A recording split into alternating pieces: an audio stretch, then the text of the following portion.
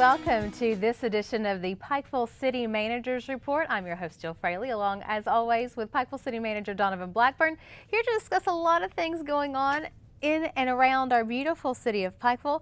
Been a few weeks since we've been together, and we have a lot of things to update people on. Well, a lot has happened, Jill, and unfortunately, we don't get together as often as we used to and need to. And we're going to work on that. But yeah, absolutely. I promised as we came in, we're back in the groove, and we're getting there because a lot has happened for both of us here lately. Certainly so. You've been away. I got married. And so a lot of different things have happened. A lot of changes. But lots to catch up on. We're going to talk about a lot of different things today. We're going to talk about, of course, updating everyone on the Pikeville Commons situation, which happened while I was actually gone. Neil Wilson was in town. Could not believe that. I know. We are going to talk about our tourism events, the water trails, Muscle on Main. Drag racing is now in the city of Pikeville, which I certainly want to participate in at some point. And then, of course, we'll get to Trick or Treat, Nightmare on Main.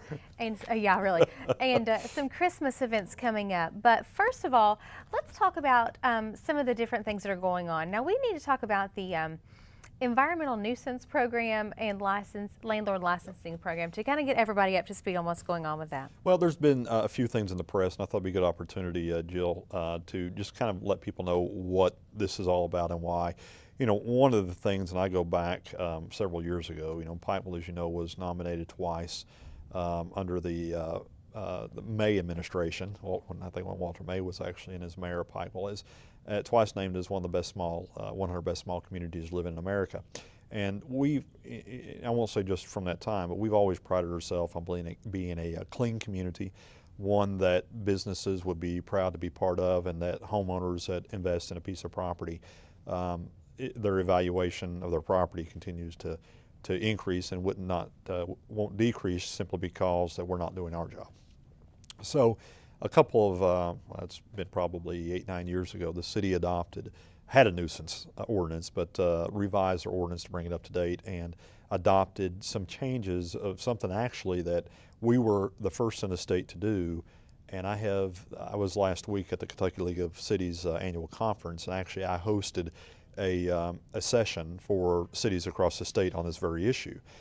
Because there's a lot of communities out there that deals with nuisance issues, and especially in the downturn in the economy when there was a lot of properties that were being foreclosed on, and you know, grass was growing and the banks controlled it that were away from here, and nobody was able to keep them up to speed. Let's describe, when you say nuisance issues, let's talk about what those specifically are for people who may not be aware.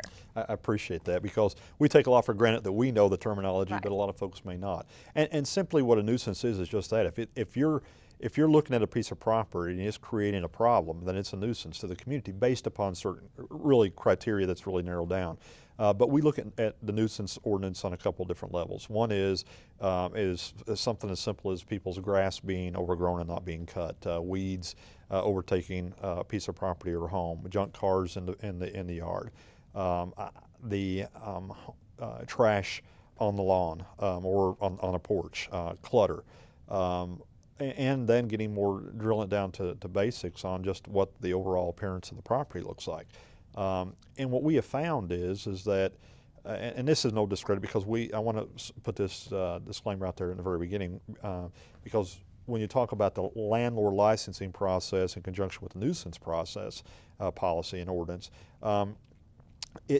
what we have found is that about 90% of our problem typically evolves around a piece of rental property. And the reason for that is, most of the time is that people don't take ownership if they don't own the property. So, and you may have somebody, you know, coming in and coming out, and that's nothing against tenants, because as a landlord myself, you know, you get good tenants in there, and it's up to the landlord to do their due diligence to ensure that the tenants that you're putting into a community take care of the property.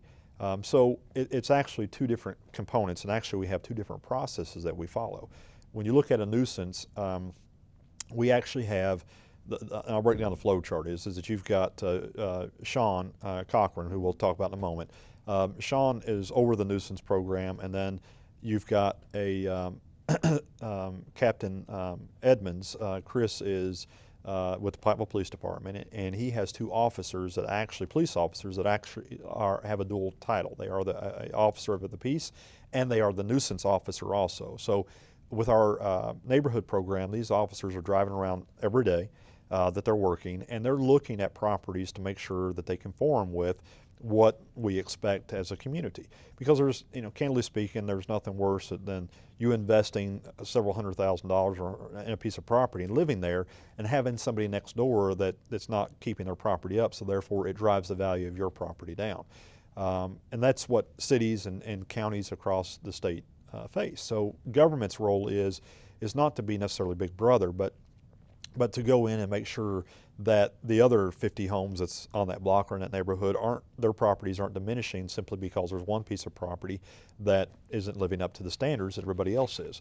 So again, under the nuisance law, we've got 2 police officers that drive around, and and we don't take a hardball approach. I'll say that it's all about protecting our community, serving our community, and making sure that everybody understands that we're not trying to be a nuisance to them.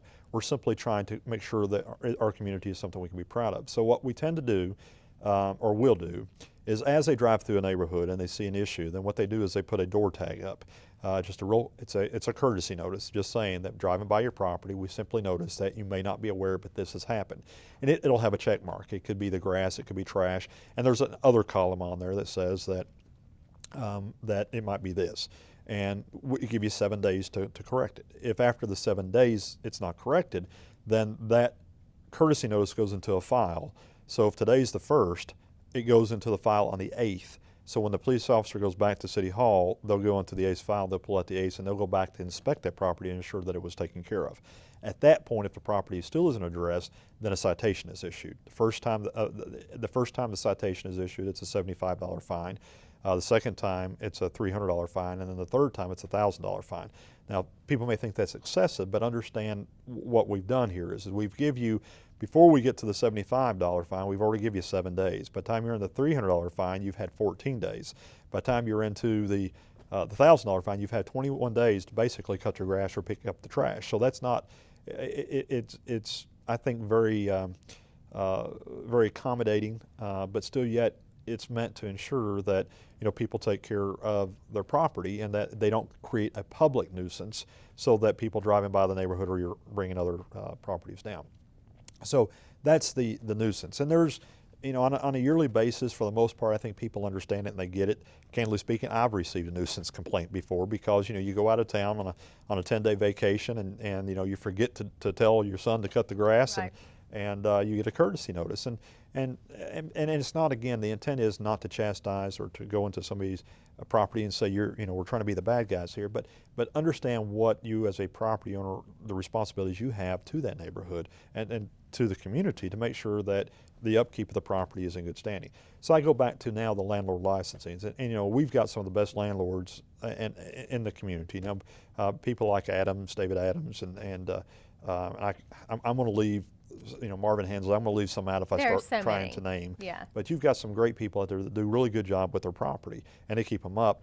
But you've got others out there that don't. Some that don't that aren't from here, that simply, somebody mails a check, so they don't know what's going on with their property. So what happens then, under the landlord licensing process, and this is what's been in the press so much in the last little bit, is we'll take, and I won't use names because though that they have been already publicized, but the city has filed a couple of suits in the past over property owners, especially more in a landlord, that again doesn't take care of the property. So what we have in this particular situation is a piece of property that's right in an established neighborhood, that the neighborhood has kept the property up, that you've had in a 1 year period, you had 12 different times that the police department had to respond to a complaint. Everything from brandishing a firearm to somebody being nude and drunk on the property. So, and when you've got kids in a neighborhood, that's something that you don't want exposed. So, when we look at a piece of property, we also can take in consideration what kind of nuisance is being created by the property, and 12 times for the police department to arrive is not a healthy situation. It's not a good situation at all. It's not.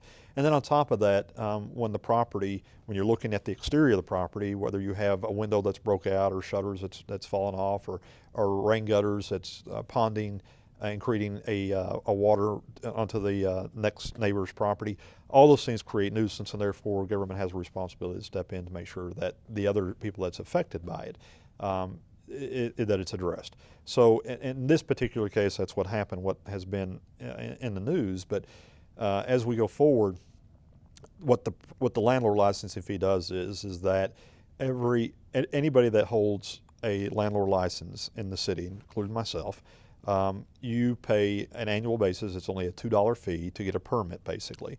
And what that permit does is that handles the $2 handles the administration fee. But then what we do is that between every 3 and 5 years, Robbie Lindsay, who with the fire department, is also our housing inspector. Robbie will go into that property to ensure that the inside of the property as well is up to standards. And what we don't, and I know everybody has heard the term slumlord, so what we don't want is a slumlord type of environment to where somebody is on our community renting a piece of property that is substandard. And we have found that over the years. We found actually one place that had dirt floors. It was just amazing that what still exists at times. So what we have, Robbie, and he also has somebody that is HUD certified. They've been to school to look at certain issues. They understand NFPA from fire hazards, so the things that they look at. So when they go through the home, they do all the housing, the Pikeville Housing Authority, they do all the inspections for them as well. So every 3 to 5 years, every property is inspected, and that's the $2 fee handles the administrative.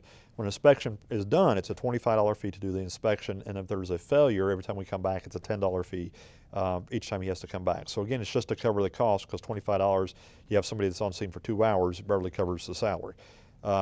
So then what happens is every time a tenant turns over in that property, then the home is also, or the property is also inspected. So that ensures, again, that if somebody was in the home before and they came in, and it's a service to the landlord as well, because they could have came in and done something, to an outlet that they might not have realized. And so this property is inspected to ensure that it's of quality and of standard and ready for the next tenant to come in. So that's kind of the process. It's and what we have found, I'll go back to my original comment, is though we have great tenants, what we typically find is usually between 80 and 90% of our nuisance problems is usually in rental properties. So that's why the landlord licensing process was put into play the way that it is. Because what you have is if you have a substandard piece of property, then we do not issue their permits, so that property cannot be rented. And then if there's a fire hazard, then the fire marshal is called in to look at it. And then if there is a code enforcement, then Robert Smith, the code enforcement officer, comes in and looks at it. So what you're able to do is bring in experts that understand the field to ensure, again, that those properties are safe. And what we expect, again, is to make sure that quality of life for people. I mean, that's our responsibility, is if you have a family moving into a home that's a rental property, we expect that property is not substandard and up to quality to work for the safety and security of the person living in the home. And then on the flip side, the person renting the home has a responsibility to upkeep the property for the neighborhood and for the landlord. So it kind of services dual role. Now, the landlords that I just mentioned, the quality landlords that understand the process, we're all in favor of this. As a matter of fact, we talked to them prior to implementing this, and they understood the intent, because what it does, it puts them on a fair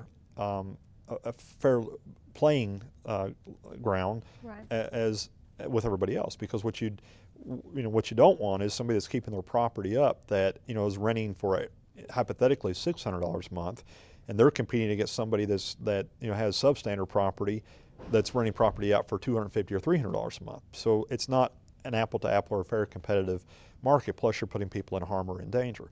So its process has worked extremely well. It's helped us clean up a lot of property.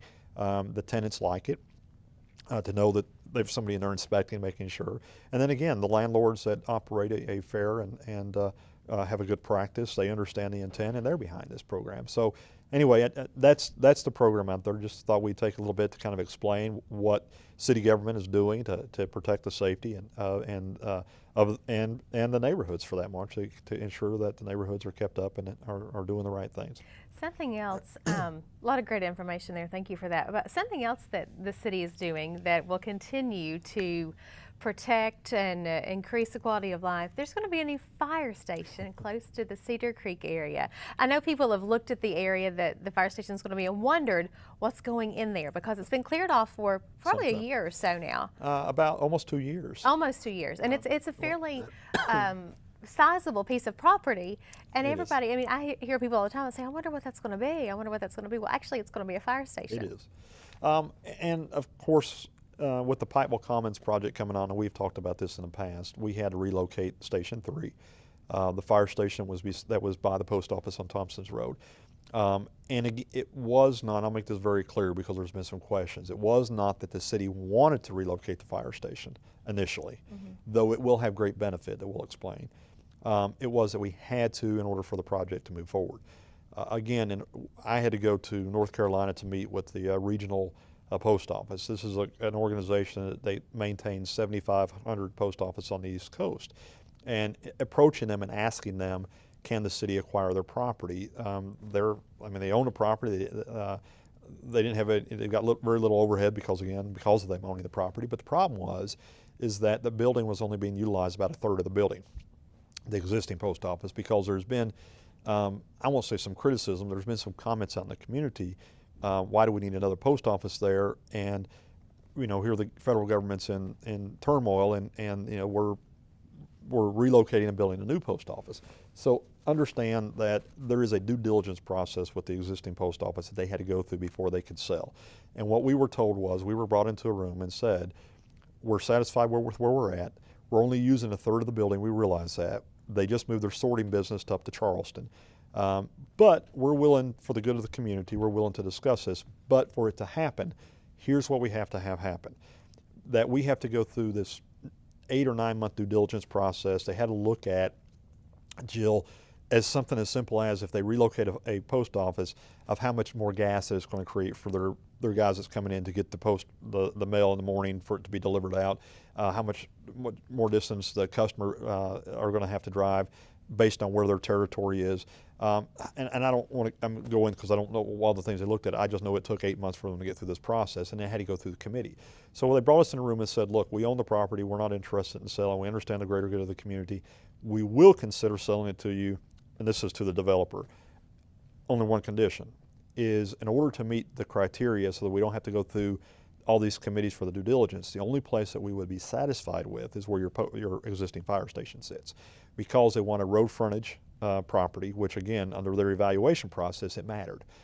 They couldn't put it where it was at because they couldn't be out of business by the time we tore it down and built a new one. They had the place. So the deal that we struck is that they would move over to where the fire station is. We would relocate the fire station, and then once it's built, they'll move their operations over, and then they'll tear down the existing post office. So we've been working this project, as you know, for 3 years. Went and met with the legislators, and we received some coal severance dollars 2 years ago in order to clear the property that you're talking about. So we did a project there to where we benched the mountain to create enough room. We went ahead and designed the fire station, and we were just waiting for the construction. So the money is now readily available. We've bonded the funds for the project. We've put it out to bid, and the contract actually should be signed tomorrow for them to issue the notice to proceed. So it's a really modern design in the area. It's going to be a little bit different. It's going to have like a cupola on the top, kind of like if you looked at the police station where you've got the glass. It's kind of that kind of design. So it's a real nice, pretty building that again will be conducive to the area.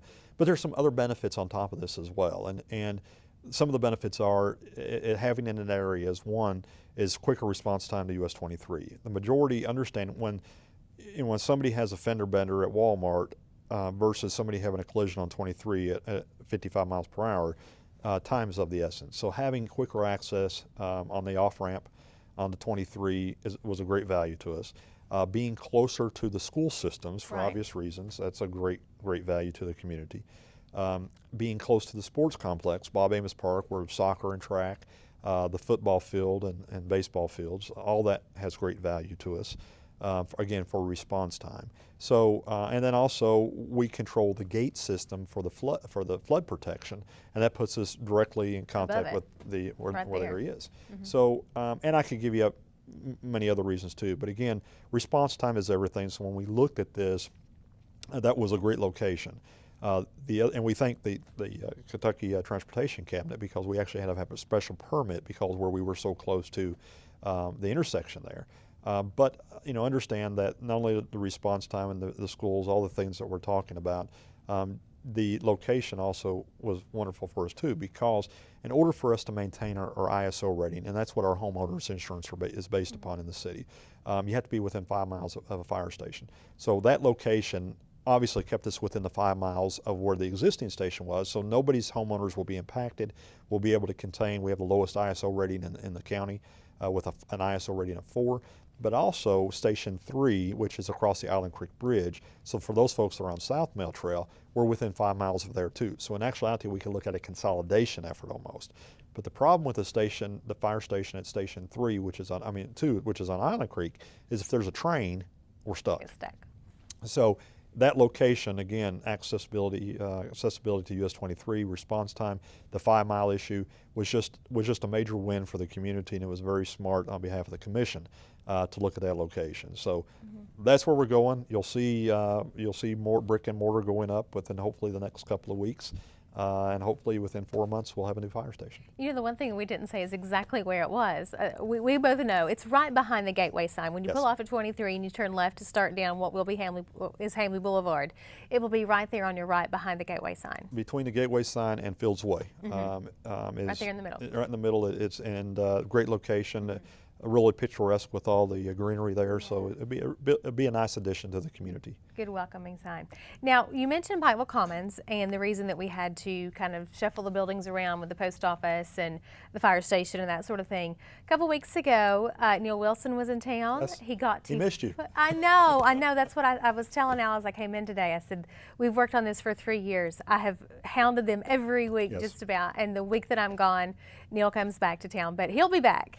He would definitely will, and he actually asked me about you when he was here, because as those that maybe view are aware, every time that he came, you were on to him wanting to know the names.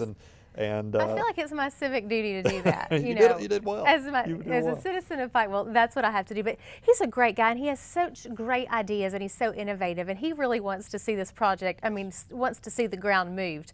And when he was here a couple weeks ago, able to announce some great companies that are going to take ground in our community. We have Ross, we have Marshalls, we have Hobby Lobby, which is the big thing. I've gotten a lot of hugs here lately for Hobby Lobby. I'm sure you have, but the great thing about the Pikeville Commons is that you hear so many people that for Hobby Lobby, for instance, will travel to Lexington, will travel to Ashland, to Huntington, to those areas, just to go to that store. Well, the great thing is that the people that live a little bit closer here don't even have to go there now. They can come back to our area, which is what we want. We want more traffic. We want more of that. And then you have the great store Ulta that is coming in, a lot of ladies, and some into, because it has all these different products.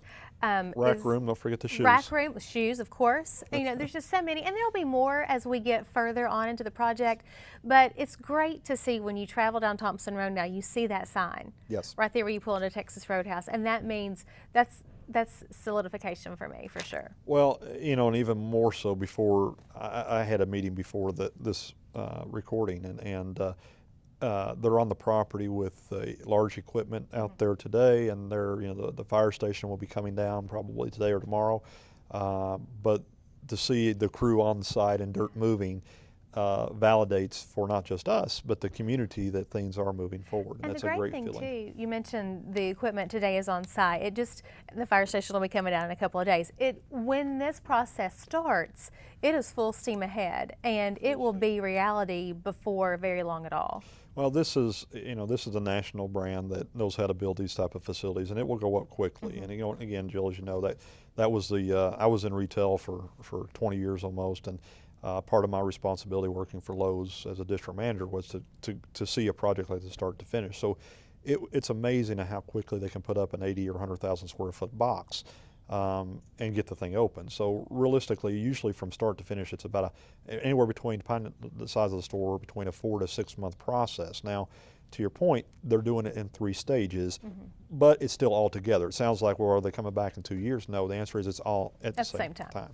And when I say 3 stages, is that the fire station has to be raised and the property has to be up to fill. What they're working on right now is that they have to bring the property to 1 foot above the 100-year floodplain in order to meet the requirements that the state and federal government requires. So they're going to be doing a lot of fill work over the next couple of weeks, and then taking out the fire station and building the new fire station, because of the new or the existing I said fire station, the post office. Post office. Because if folks can't hear in the back, another great project we have is Jenny Live And Theater. that's next on the list. And you can hear the beating and banging next door if I don't know if the not mic's thunder, picking that I up. promise, it's but not thunder. It kind of takes your thought away It for a does. second. But the post office has to have a new location to move into. So fire station has to come down, the post office has to be built, the existing post office has to stay in place. So as the new post office is being built, the Hobby Lobby will be being built at the same time. So those two is basically phase one. Phase two is then once the post office is relocated, that existing post office will come down and the rest of the strip center that's attached to Hobby Lobby will then be built. And then simultaneously about that time they'll also be building the rest of the strip center that comes beside the post office, which is where the apartments overhead will be. So as I said, it's not that there's going to be a year or two lag. It's all going to be orchestrated at the same time, but some of these components had to be taking place as part of the deal. So they are on site. They're doing the grading. They're starting to fill. They're starting the raising. You mentioned several of the stores: Hobby Lobby, Maurice's, Marshalls, Ulta, Ross's, Dress for Less, Dress Barn. Dress Barn. Thanks. So I you're can help you with on this this stuff. Thank you. You know what? That's my job to find out these things. You've done well. There's also a Christian bookstore, a national Christian bookstore that has almost done. And I haven't talked to Neil. Well, actually, I talked to him briefly yesterday, but not about the project. We were talking about some other components because we're in the construction phase now. So he's calling me, asking me questions about permits and pipe and all these things. So, but they've got a pet store, a national brand that they're about to finalize a deal with. In the strip center, a national jewelry store brand name that everybody will know. You see commercials on. A health store. I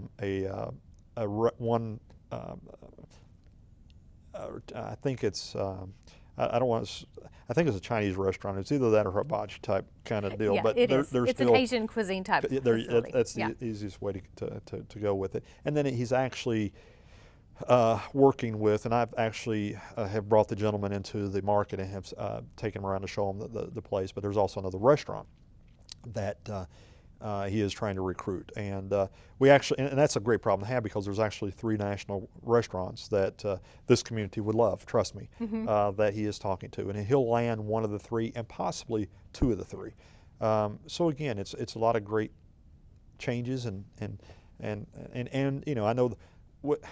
And you hate to say this, but I will anyway. But with the sad news of Jerry's closing, sometimes I hate to say out with the old, but in with the new. But you hope that you have replacements that again pulls people to the market because Jill, that's what this is all about. Yeah. And then also, if people haven't been since I'm talking about restaurants, to the top of the inn, that is there's a change for you. That is a remarkable. I'm telling you, folks, if you haven't gone up there and tried this cuisine up there, we've been up twice now, and Mr. May was kind enough to invite me and my wife up to his table for the opening night, and then we went back a couple of days ago. But great food. Yeah. Well, let's talk about that for just a second, since we're on the topic of restaurants and things, and landmarks changing, and things that have been established for years that are closing, and things do happen, things do change. The one thing about the LM that I've talked with Becky Castle about, who's the general manager, and Jessica Blackburn, who is the phenomenal chef that has taken over there, and she's so sweet, is that yes, it's different, but it's just kind of like remodeling a house, right, or updating some fixtures in your home. That it had been that way since 1970s. I mean, it had been the same decor for years, and things did need to change. There needed to be some upgrades made.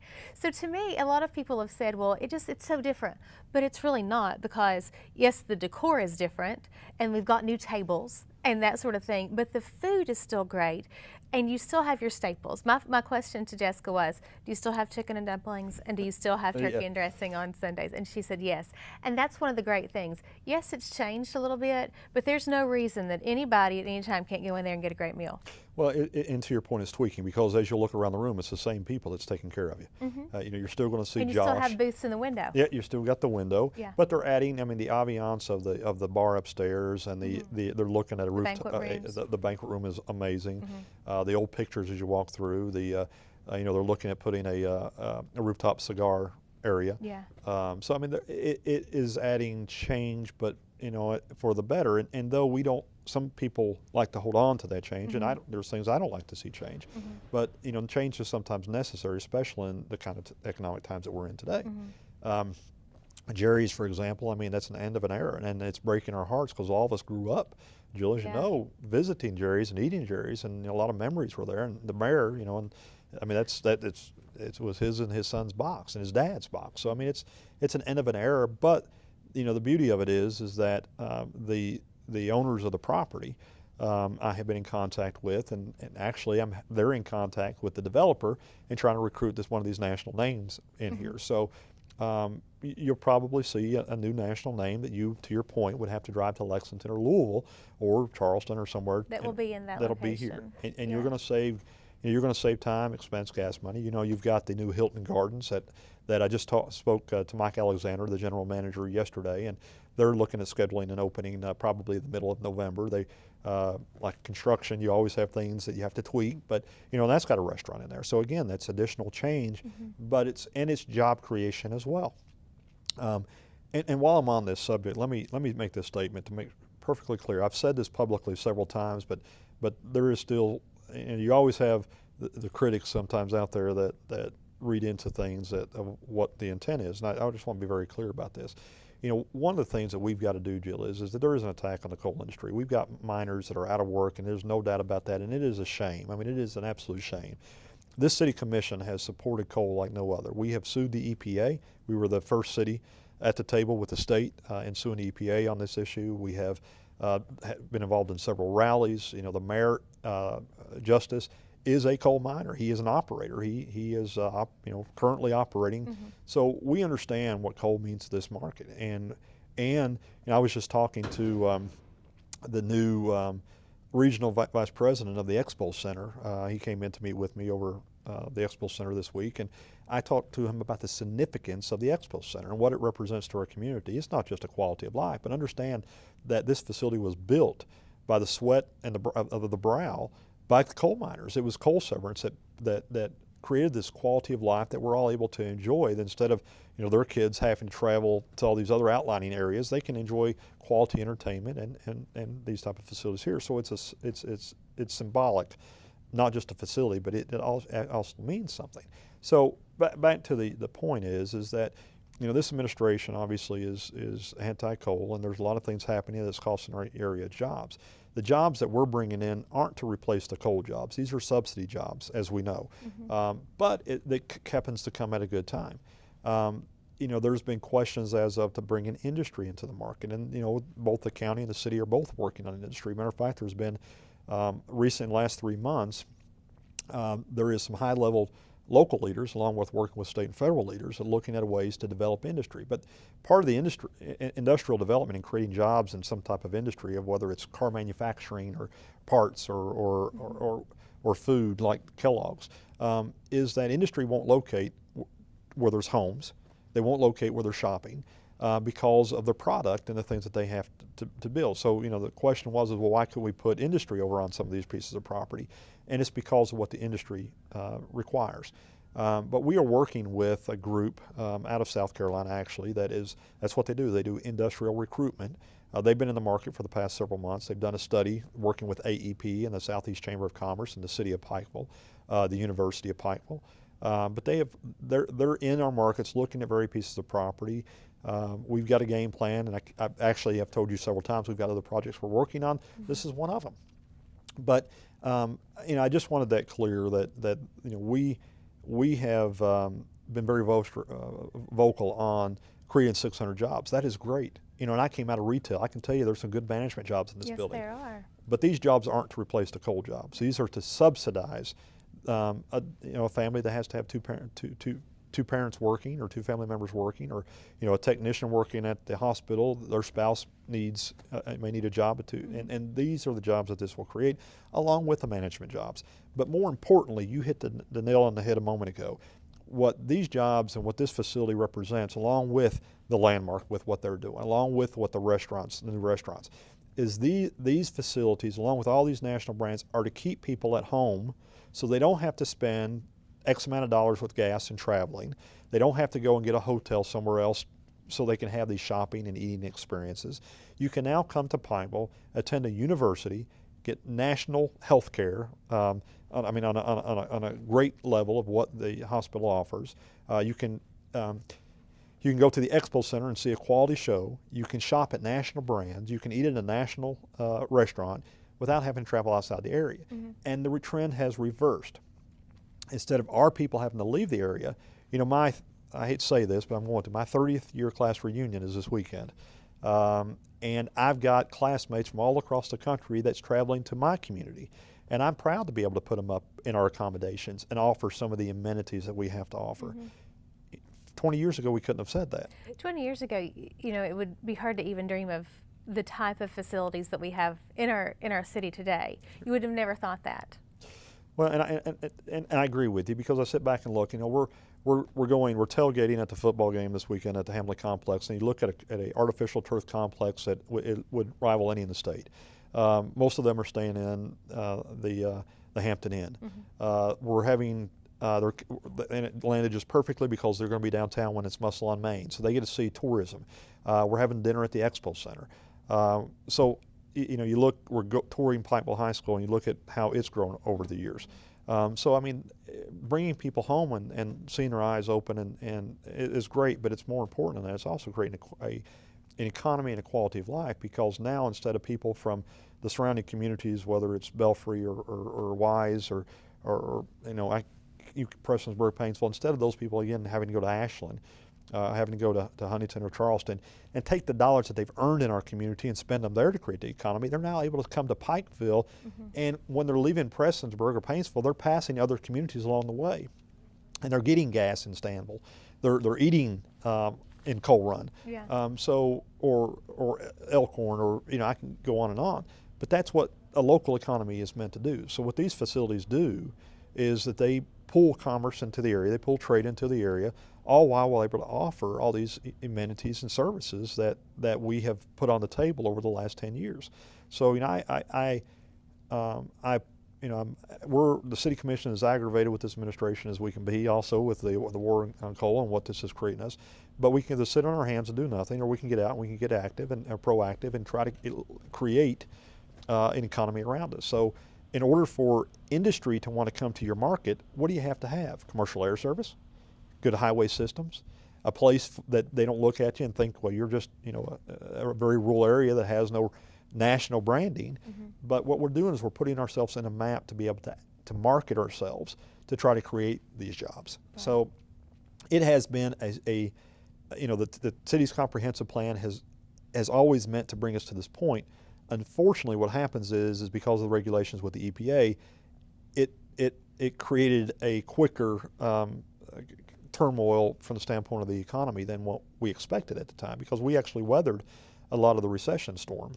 We had growth within our community, we had job creation within the city, but because of what's happening with the EPA and the coal industry, we're all feeling it right now. So but the things we're putting in place will at least allow us a chance, as long as our federal and state government will continue to work with us. Yeah. And I know that they will. And they will.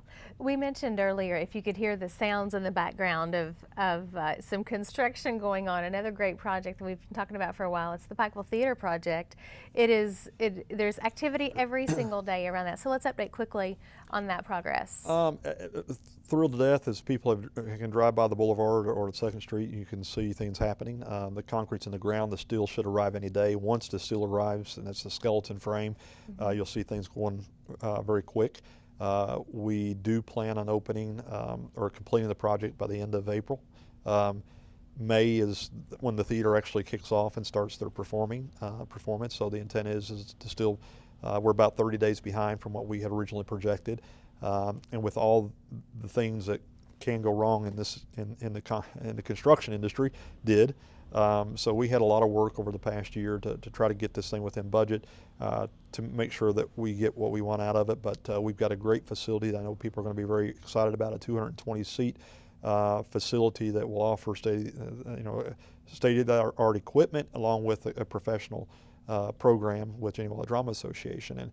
And actually we were invited, I think it's next week, I'll have to look at my calendar, but there's a program being put on in Somerset at the Center for Rural Development there, that we have been invited, both Jenny Wiley and the city of Pikeville, to show how nonprofit and public entities can come together to create quality of life, such as what we have done. Because there's another piece of this in Jenny Wiley also working the outreach program with the school systems, also working with the arts program with the university. So there's a lot of different layers in this, and not just a theater, not just quality of life, but what it is creating actually for our community. So it's another great program that we're just waiting for the steel to show up. The concrete's down. They're working. Some of the work you can't see taking place because the lobby, the dressing rooms, all that is actually indoor, and that's what you're hearing because we're abutted right to it. Yeah, we're next to it. But that's going to be a really neat thing. And of course, like you said, first productions are supposed to take place in May, I think. So that'll just kick off our summer season next year too. And not to say that it's Jenny Wiley Theater in Prestonsburg is not going away. No. This is just going to be an extra addition for that. Enhances. You mentioned Sean Cochran earlier, and he has a new role with the city. It's the city administrator and city operations. Sean Cochran's been with the city for a while now, taking care of the Hatfield-McCoy River Trail system. And if you wanted to kayak or you wanted to take a canoe or anything, that's how you knew Sean. But he has been so visible as of late in different activities and has got a new position. He is, and I'm proud to announce his promotion, which was made a couple of weeks ago. Sean's been with the city a little over 2 years now. He's been working for the city for about 3.5 years. Sean originally came on the city as an independent operator for the River Trail system. We decided to bring that in-house, and along with several other events. And so I hired Sean into the position of director of events. But as the city continues to grow, and Jill, I could, right now, between Marion's Branch, the industrial development, the new sewer plant, all the building that you see going on, the recruitment efforts for new business, my role has changed drastically, and I'm on the road quite a bit. I am, candidly speaking, I've probably been in the office this year as much as I have been out of the office this year traveling, because all these things, they don't happen overnight. It takes a lot of meetings, a lot of interaction, a lot of going and looking at, at other, how others do this. The need to have somebody here to serve in my absence of attending meetings and overseeing the city operation was necessary. So I'd been putting it off for as long as I could, but asked the commission to pursue this route and to create the position of the city administrator for city operations. And Sean was a natural fit. Sean, his leadership skills are phenomenal. He's got great interpersonal skills. He knows how to interact with people. He has proven himself, but he came forward and through the interview process and raised to the top. We have not replaced his position and probably won't do so. So it hasn't really cost the city anything other than redistributing some of the priorities and responsibilities. But Sean's been a good fit. He's in his learning stages right now. But people now that come into City Hall that have a problem with a pothole or need to talk to somebody about a drain, or Sean will be that go-to person that can make it happen. We'll have the full authority to do so. He reports to me on a little update on a daily basis, but it frees me up because what we have found is that we try to make ourselves available, but there's times, Jill, to where I'm just not available because of being gone. Well, I think the thing is that and when you have a lot of different hats that you wear in your position, you can't be all things to all people. It's just not possible. If we had 15 different arms to pull in, it'd be okay, but it is necessary, and personally and candidly speaking, I don't think you could have picked anybody better. Well, I appreciate you saying that. I know you've got a good relationship with Sean and have recently gone through a program with Sean, but Sean's, again, he has great interpersonal leadership skills, and I know he was the right fit. I feel really good about where we're heading because you're right. I mean, Jill, when you look at the city of Pikeville, we are a full-service city, unlike most cities in the state. We manage our own water, our own sewer, our own natural gas. We're part of a government TV channel. On top of that, Parks Department, streets, engineers, attorneys. I mean, all the police department, fire department, ambulance service. I can go on. All these departments report to my chair, and it's impossible. I won't say impossible. It's not responsible to think that one person now can handle that from the standpoint of how the city has grown. Understanding our budget over the last 10 years has doubled. Our land mass has grown by almost a third. You can look at all the new buildings and all the things that are going on. So the need to have somebody that can take over that operations role was very, very important to the citizens, and I know Sean's going to do a great job. I'm really excited. Certainly will. We mentioned the water trail system and previously Muscle on Main and drag racing and all the great things with the arm drop drags that are coming to town. This Saturday the 12th, that's this weekend, we're taping on the 10th. Muscle on Main this weekend, and the drag event. Now, is the 80s run, is it? Yes, it's this weekend as well, it's Saturday isn't it? as well. Yeah, now, are you going to dress up in all your 80s garb? Well, since it's my 30th year reunion, you get out of it. Now, that's a likely story. Well, you know, I graduated from high school in 1983, and I think so. The timing of this 80s deal was perfect. It's perfect. It is. We've actually got for the Muscle Main event. There's an 80s band. I think it's an all girls band that'll be playing as part of the entertainment. But and I candidly, really, Jill, my wife graduated in '84. She was from the Millard, or went to Millard from the Millard area. But she was really looking forward to this because we do a lot of the 5Ks and the events around. She already had her outfit picked out, and I said, well, you can still wear that outfit. We're just going to the reunion instead. So, but it will actually will be on the plaza. My class at the time things are going off. So at the time that this 80s run is happening, we'll get to watch it and root them on. But as you mentioned, there's a lot of, you know, it's just another great event, and this is a closeout event for Muscle on Main. We end this month in October because obviously the weather gets cooler. So, you know, the car show will come in. I think it starts out they'll start coming at 10:30. I think it launches somewhere around 1 or 2 o'clock. And then I think at 2:30, the music on the Expo Plaza starts. And then I think it's at 5. You've got the burnouts, and then the drag racing starts, and then that afternoon, I think it's somewhere around 7 or 8. I can't remember. People can get online. I don't want to tell anybody wrong and show up and blame it on me, but you can get online and see. But then the race starts because they'll have their glow sticks out. So it's the first, I think, night race that's gone on. And those are a lot of fun. If you've never been to one of those arm drop drags, as we call them, I've spoken frequently with Kent Rose, who takes care of those, Yes. who is the most energetic individual I think I've ever met in my life. And it's a really fun thing to go watch. And I think the great thing about it is that kids love race cars. Yes. And what a great family-oriented event to take your little, especially even little girls too, really get into, and they watch those cars and they pick their favorites, and it is so exciting to watch. Well, you know, we definitely, if you haven't been to this, you need to show up. I mean, we've done a lot of changes over the past couple of months. The first one we did, we was at a drop. I mean, candidly, we had 2 weeks to prepare, and it was unbelievable. Perfect. The crowd. I mean, Yeah. it was unbelievable. So we've gone in and we have cut a lot of trees off the banks, so there's clear visibility. We thank Suddenlink. They came in and dropped their TV line down, so again, it wasn't obstructing the view on the bypass side. We've taken out some of the planters in the middle to make the track a little bit longer. We have edited, there'll be some bleachers, I think, they were trying to get them prepared, that will be added, a few. We've got something that I tried to get them to do it last event, but they didn't have time to put it together. But this event, they will have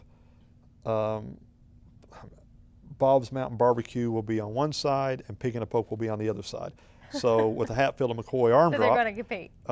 we got the Hatfields on one side and McCoy on the other Yeah. side. So it's, you know, we're trying to do something to make it a little bit It's a lot fun. of fun, and it's another family-oriented event Absolutely. that goes on in our community that people from all across our region can come and see.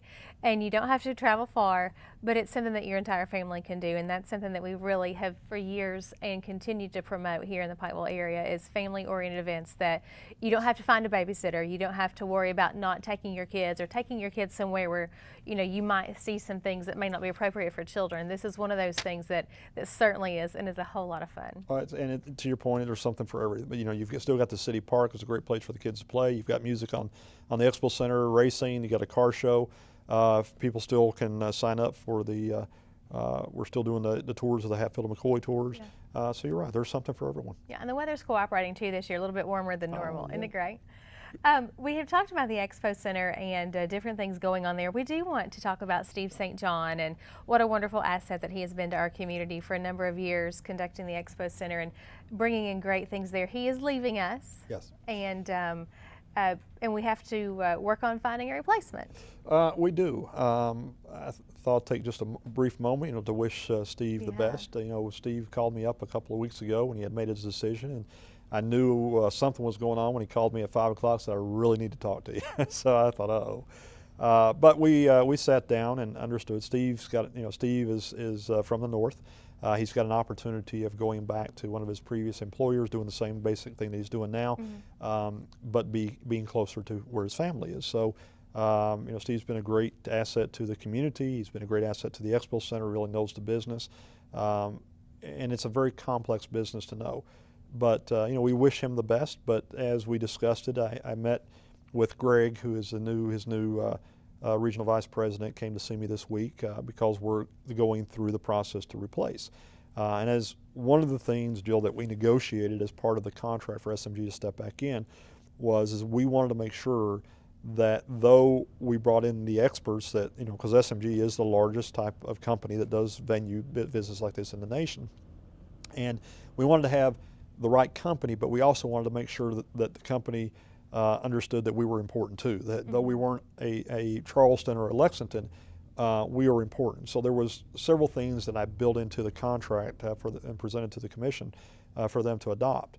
One of the components is that the commission gets to pick the general manager. So though that this is an employee of SMG, and though they will be the ones that will post the position, review the contracts, and interview, that person will be brought before the city commission for endorsement and final approval. So I sat down with Greg, who is out of New Orleans, and again explained to him about our region, the importance of having somebody not only understands the business but understands the people and will be involved in the people, with the people in the community, and what all the expectations are. So they have the job posting it's on SMG's website. We've had some local people that have some interest in it that have also applied. Some of the, and the philosophy that they have is that, they can train somebody to understand the business if they got good management skills and understand some aspects of entertainment. So there will be some local people that have applied too, but at the end of the day, the whole point is that we've got to have the best person for the facility, because as even Steve agreed, he's done all he can do for the facility, and we need to step it up and bring somebody in that can make some changes and do some things that will even make this a better place. So I'm excited to get through this process and to bring a new person in and wish Steve and his family the best of luck and his new endeavors, and we'll be where we need to be soon. Do we have any kind of time frame that we're looking at to get somebody in that position? The answer is yes and no. The answer is Steve's last day will be the 17th or 18th. I think it's the 18th, which is the Pikeville, the inauguration of James Hurley. So he's staying through that event, and then he'll leave. But they will have probably an intern general manager in. That was one of the things that I made very clear is that I don't want somebody that's watching this place from another state. I want somebody on site during the time until it takes us to get the right person. So they are actually, I received an email yesterday that they have received, I think just in one day they had 19, because this is a nationwide surge. I think they had 19 come in just that day that applied for the position, and they've whittled it down to, I think, around 10 or 15 thus far. It's still open. That they're going to send me those applications, and they'll make their selections on who they want to interview. So if they can find somebody by the 17th, great. I don't think that'll happen. I think it'll probably be more towards the end of this month, because I explained to them I don't want to rush it. We want to make sure that we have the right person and the right fit. As I explained, I want a round peg and a round hole, not a square peg and a round hole. So they understand. Something else that we touched on last time we visited with one another, commercial air service. It's exciting and it's going to happen. Great to have the gentleman in to talk to us about exactly what it was and to pinpoint and detail things. And a lot of people have asked me questions about it, and I said, well, it is going to happen, and it's going to be a daily flight, and it's wonderful. So update us quickly. Anything changed? Yeah, actually, there has. We had, and it's actually, I think the chamber, Southeast, put an email out this week, and I just need to clarify. And it wasn't their fault. It was just a fault of what's going on a national level right now. We did have a groundbreaking ceremony where we're getting to release that was going to take place next week, next Friday, but that has been postponed. So when people hear the service has not been canceled, everything is going to plan. All the funding is now in place. The contracts are signed. The last piece of this is that we're working with a marketing company We sent out an RFQ last week for marketing companies that will do the website and the design and actually promote the service. So I'll be presenting that to the commission probably within the next 2 weeks. We have one of the things that I'm really excited about is we have selected, and I won't reveal it yet because it'll be for the ground for when we actually cut the ribbon. We've selected the name of the because we're going to have our own independent name, even though Charter will be the one managing it. We'll have our own. It's hard not to say it because I want to. Our own title. But it'll be something that's again showcases our area and who we are. So we'll announce that. But we'll have an event sometime in November. We had Congressman Rogers and the governor both scheduled to be here, but because of the debt ceiling issue right now, and the deadline is actually the 17th, which is when we were having this event, Congressman Rogers had to bow out. And then some issues again with the governor again trying to promote Kentucky for economic trade also had something come up. So based on that, we want to celebrate this victory because of all those that helped us. And we're going to postpone the actual event until that day, sometime in November. Now, when we have the event, the public will be invited. We'll actually be bringing in the 19-passenger aircraft. We'll unveil the name. So it'll be a really nice, and then we're also going to have the ribbon cutting on the $3 million taxiway that's almost completed up there that the airport board put a lot of work into. I was up there in the area the other day and was amazed with the progression of that. I mean, it's been very fast, but that's a good thing. It's quick and great, and it'll add value to the airport and also promote safety. And I can't say enough about the leadership, Bill Hickman and all these board members that have served. I mean, this has been absolutely great, and they've done so many things to improve the airport, and commercial air service is certainly one of them. Yeah, certainly so. We are close to the end of our time, but we do want to mention some things that are coming up that are very exciting. Of course, Trick or Treat Halloween's coming up. 31st. Trick or Treat this year in the city of Pikeville is going to be actually on Halloween. Ta-da. I have lived here for 13 years and it has never been on Halloween, but it worked out this year, and I think that's really neat for the kids too. It is. It's nice to celebrate it on the day, but it'll be on Halloween from 6 to 8 in the county and in the city. So I'm excited to see all the ghosts and goblins out ringing the doorbells. There's right before that we mentioned the 5K earlier coming up this weekend, but there's going to be a zombie run. Yes. On the 26th, which undoubtedly will be one of the most interesting events that we've had in a while. Well, so that's a lot of fun. With all the national attention on a lot of shows that's on TV and The Walking Dead, The Walking Dead, and then Z. Anyway, like that. I went to the movies and saw it. But we've been a lot of people in the community last year that asked us to do this, and luckily we had a partner that was willing to do it for us. So we're really excited about this. It's going to be a lot of fun. I've seen other events that have happened in, like there's an event in Huntington that they have that's very similar. They've done it for years and years. So we're really excited to have that here and bring it here. Christmas is just around the corner. And so we are excited to announce that Landau Eugene Murphy Jr. from Logan, West Virginia, the winner of America's Got Talent a couple of years ago, is coming back to the Expo Center for another Christmas event. I believe it's the 22nd, I think, but it's towards the end of December. You can get online at the Expo Center's event and see this, but it'll be another great event. I love the music. When it was here before, had great participation. And I know we're getting close to out of town. Also, we're talking about Halloween. Don't forget also we have our Nightmare on Main, which will be at the Expo Center. So we invite all the community out, and I'm looking over at the clock as I'm talking, Jill. We got time. We got a minute to go. So Nightmare on Main will be also October 22nd at 11 a.m. No, I think I looked at the wrong date. That's actually in that evening as well. I think it starts at 6 as well. So there's so many things. Too many things. I'm looking at my own notes. I we'll messed try that to up. meet again and update people too. But those two events, if you've never been to Nightmare on Main and been part of that, it is the most wonderful thing for children and their families. It is a safe event, and everybody, so many local businesses set up booths in there, and really, I think probably enjoy dressing up sometimes more than the kids do. Well, watch my wife and I have done it. And you'll find us. We're excited. We are excited. I have no doubt. We've got our costumes ready. But it is a lot of fun. And of course, you can check out the city's website for all of the events that are coming up in the coming days in the city of Pikeville. Congratulations, of course, to the Lady Panthers soccer team. Outstanding. 13 wins this season, only 3 losses in district play. So congratulations to them. We have so many great athletes in our area, and kudos to all of them. We're excited to get them back to City Hall for another proclamation. Yeah. We're going to work on meeting again in a couple of weeks, get back on track with all of our schedules. schedules getting back to normal. But it's been great talking with you. Lots of great pleasure. information, and undoubtedly next time we meet, you will have more great information for us. Definitely. This has been the City Manager's Report right here on Pike TV. Thanks so much for joining us.